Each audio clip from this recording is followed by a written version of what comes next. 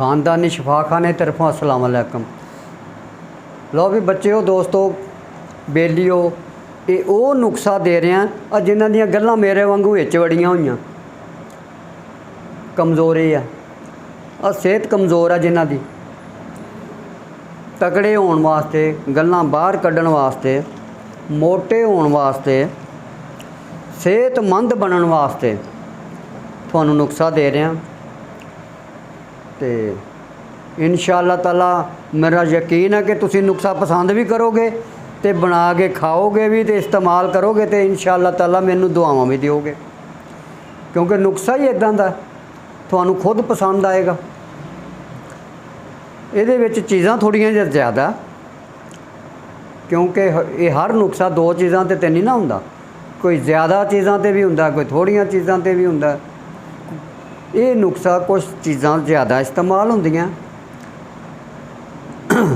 ते वो बाकी महंगियां नहीं है। जे तुसीं कहो ना महंगियां होणगियां, महंगियां नहीं है सस्तियां। तो इंशाअल्लाह गल्लां बाहर कढ़ देगा, पिच के गाल फलावट कर देगा। ठीक है।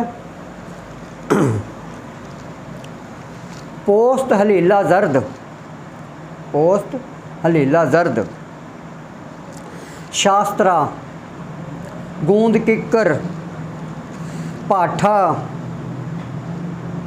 आमला, ये सारिया चीज़ां जड़ियां ना कुट पीस के पाउडर बना के कपड़ छान करके कैप्सूल भर लेने आ। कैप्सूल केड़े 500 mg दे कैप्सूल भर के एक सुबह तो एक शाम नूं दुध नाल खाना। 2 कैप्सूल खाने एक दिन दे विच, एक सुबह तो एक शाम।